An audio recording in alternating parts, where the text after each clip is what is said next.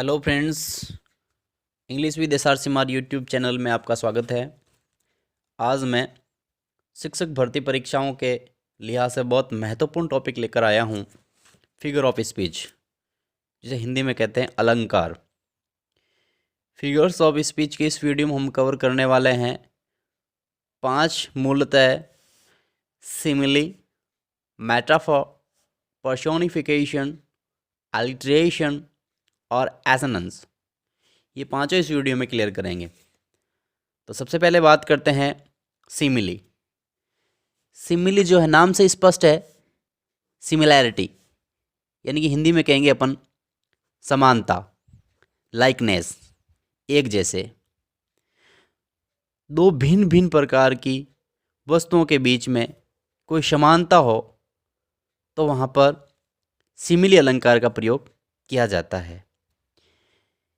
दोनों की भिन्न वस्तुएं होनी चाहिए दोनों, और उनमें एक समानता होनी चाहिए, और वो समानता स्पष्ट रूप से उसका जिक्र होना चाहिए। इस प्रकार के वाक्यों में लाइक, एज, सो जैसे शब्दों का प्रयोग किया जाता है।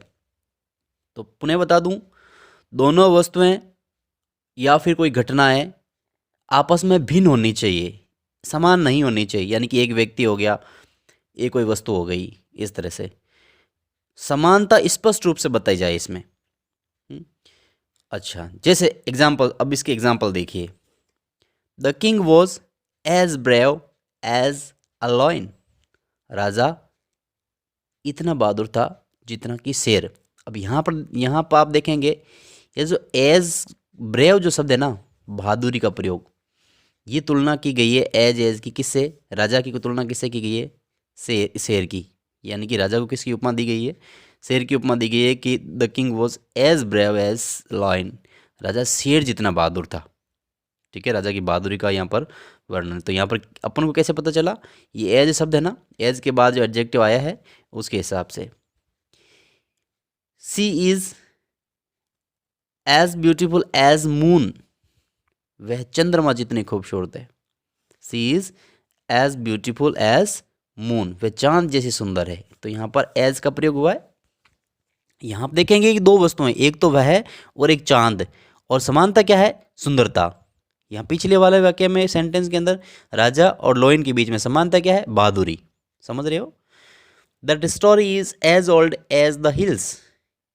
ये कहानी, वह कहानी जो है इतनी पुरानी है जितनी की पहाड़ियाँ हैं। तो यहाँ पर आप देखेंगे कहानी का किससे तुलना की गई है? पहाड़ियों से। और जो है समानता क्या है? ओल्ड, पुरानी। ही रोड लाइक ए लॉइन। यहाँ आप देखेंगे लाइक शब्द का प्रयोग किया है। ये लाइक पहचान होगी ना, ऐसी मिली जो है इसकी फिगर ऑफ इसकी स्पीच की। तो ही रोड वे दहाड़ा लाइक ए लॉइन, एक शेर की तरह। तो ही, उसकी तुलना शेर से की गई है, और जो है दहाड़ना, like a lion. I wandered lonely as a cloud. मैं बादल की तरह जो है अकेला भटक रहा था। तो wandered, lonely as a cloud, as का प्रयोग हुआ है। मुख्य रूप से याद रखना, सिमिली इसके अंदर फिगर ऑफ स्पीच में लाइक, एज, सो जैसे शब्दों का प्रयोग किया जाता है। जैसे मान लीजिए, नेक्स्ट और सेंटेंस देखते हैं। I am as busy as bee. मैं मधुमक्खी जितना व्यस्त हूँ। I am as busy as bee. My life is like an open book. मेरी जिंदगी एक खुली किताब की तरह है। तो लाइक, मेरी जिंदगी की तुलना किससे की गई है? ओपन बुक से। और क्या है? एन ओपन बुक, एक खुली किताब की तरह मेरी जिंदगी है। नेक्स्ट देखते हैं। My love is like a red rose. मेरा प्रेम जो है वो लाल गुलाब की तरह है। तो मेरे प्रेम की तुलना किससे की गई? गुलाब से की गई है, उस तरह से। She is delicate like a flower. वे एक फूल जितनी नाजुक है। सी इज डेलिकेट, वे नाजुक है, लाइक ए फ्लावर, एक फूल जितनी। तो यहाँ पर आप देखेंगे लाइक, एज, शो, इस तरह के शब्द सेंटेंस में। और अगर आपसे पूछ ले जाए कि कौन सा अलंकार है, कौन सा फिगर ऑफ स्पीच है, तो याद रखना सिमिलिटी। सिमिली यानी समानता, सिमिलैरिटी, लाइकनेस। जैसे नेक्स्ट देखते हैं। They fight like cats and dogs. वे कुत्ते बिल्ली की तरह झगड़ते हैं। दे फाइट, वे झगड़ते हैं, लाइक कैट्स एंड डॉग्स, कुत्ते बिल्ली की तरह। तो जिस तरह से कुत्ते बिल्ली झगड़ते हैं ना, उसी तरह से वे झगड़ते हैं। तो ये समानता होगी नहीं जब किसी चीज़ की तुलना करते हैं दो जो है वस्तुओं के बीच में या दो घटनाओं के बीच में, और उनमें कोई एक समानता हो, तो वहाँ पर कौन सा अलंकार होता है? सिमिली अलंकार होता है। चलो अब बात करते हैं मेटाफर की। मेटाफर यानी रूपक अलंकार। अब रूपक अलंकार में क्या होता है? तुलना इसी में होती है, लेकिन ये तुलना जो है किस रूप में? देखिए, इसमें लाइक और ए जैसे शब्दों का प्रयोग नहीं होता है। अब जैसे कहेंगे वे गाय जितनी भोली है, तो यहाँ पर कौन? गाय जितनी बोली है तो वह, गाय जितनी बोली है तो वह, और गाय के बीच में तुलना हो गई बोलेपन की, तो ये हो गई सिमिलर अलंकार। लेकिन अगर ये कहें कि वह गाय है, समझना, वह गाय है, इसका मतलब ये यहाँ पर रूपक अलंकार हो गया। हमने जो गाय की जो गुण क्वालिटी जो थी वो हमने उसके ऊपर ट्रांसफ़र कर दी है। मेटाफर का मतलब रूप दे देना है। वह तो चांद है, मतलब कि वह चांद जैसी सुंदर है, लेकिन हमने उसको किसका रूप दे दिया? चांद का रूप दे दिया। तो हमने यहाँ पर आप देखेंगे कि लाइक और एज जैसे शब्दों का प्रयोग नहीं हुआ है। यहाँ पर देखिए, नेक्स्ट एक सेंटेंस देखिए कि he is a shining star, वे एक चमकता तारा है।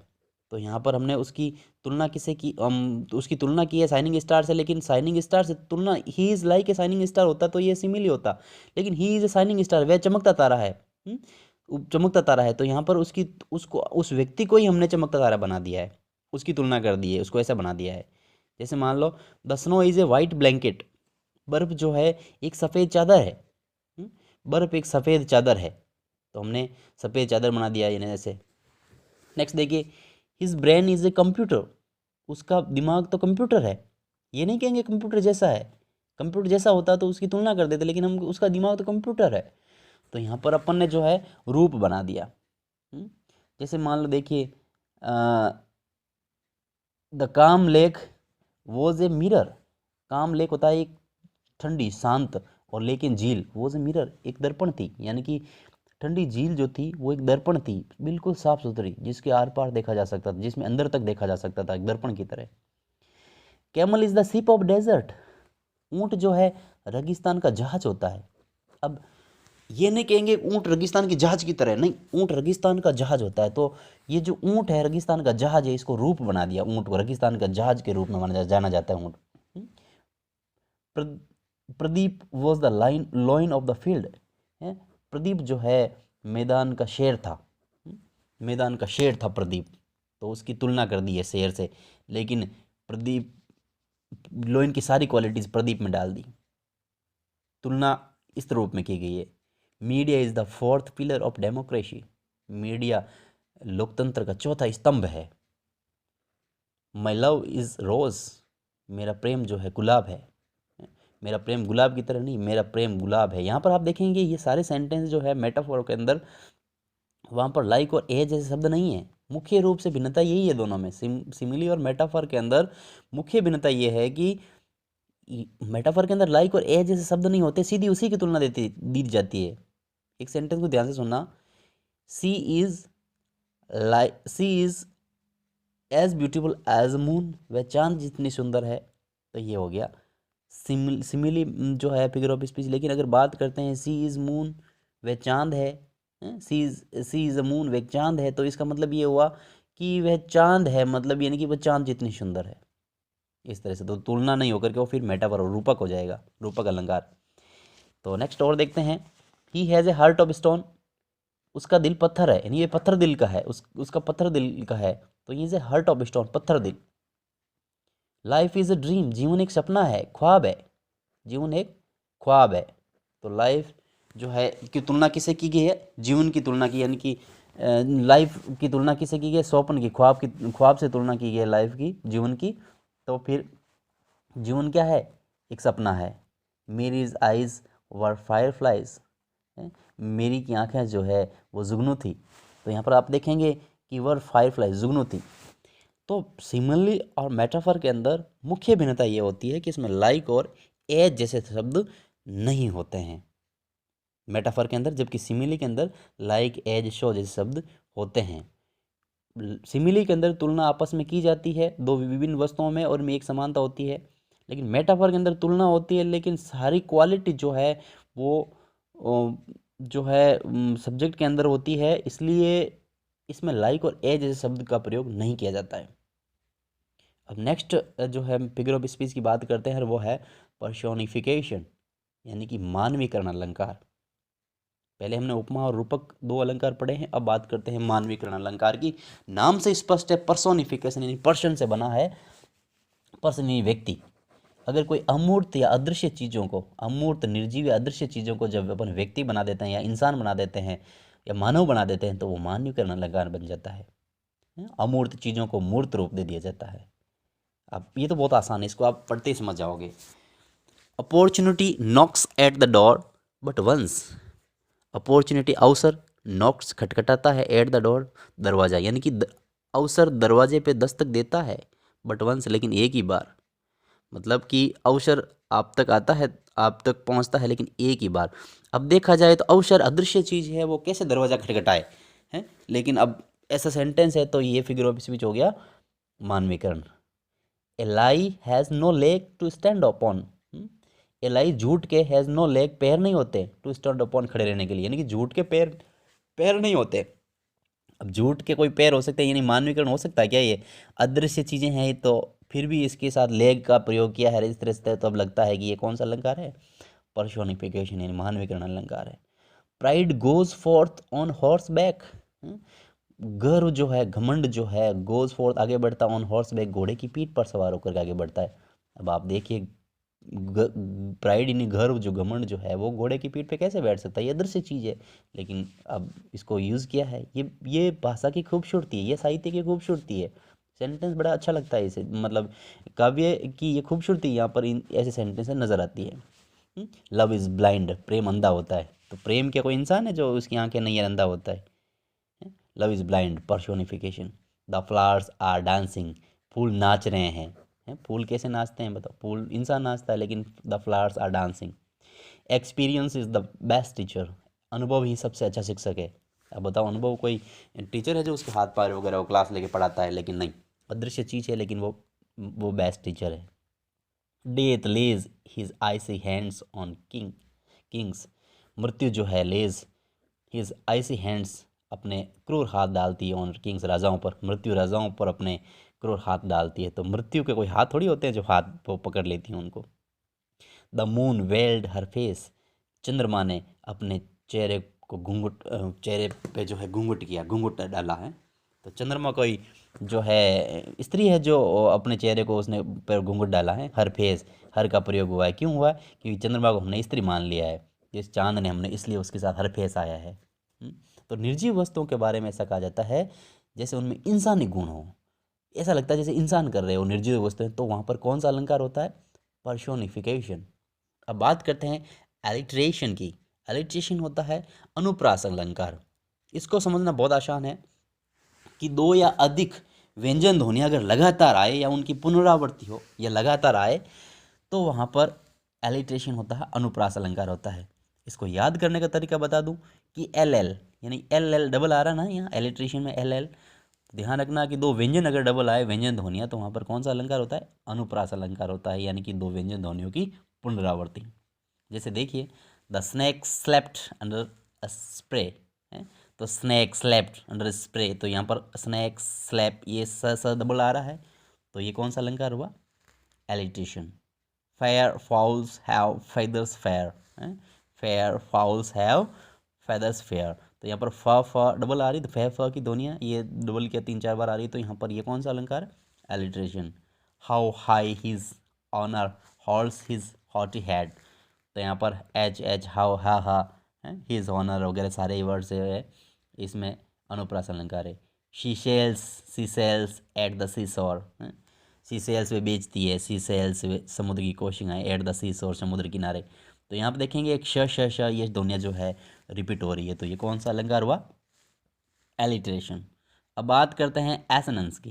एसोनेंस की ये होता है स्वर साम्य, यानी कि एलिट्रेशन में जिस तरह से व्यंजन, दो या दो से अधिक व्यंजन ध्वनियों की पुनरावृत्ति होती है, उसी तरह से एसोनेंस के अंदर स्वर ध्वनियों की पुनरावृत्ति होती है, स्वर है ना।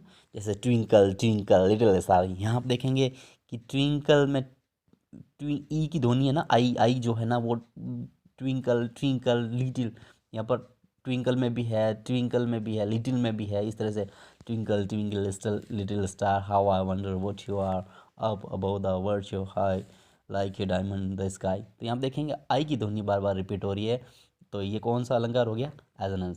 फ्रेंड्स एक बार वापस रिपीट कर देता हूँ कि सिमिली के अंदर लाइक और ए जैसे शब्द होते हैं और दो भिन्न चीज़ों में तुलना की जाती है और उनमें एक समानता होती है, दोनों भिन्न भिन्न चीज़ें होती है। जैसे the king was as brave as a lion, राजा शेर जितना बहादुर था। तो राजा और शेर की तुलना हुई है और इनमें समानता क्या है? बहादुरी, ब्रेव। अच्छा, मेटाफर यानी रूपक के अलंकार के अंदर भी तुलना होती है, लेकिन तुलना में लाइक और एज जैसे शब्दों का प्रयोग नहीं होता है, सीधी उनकी तुलना होती है।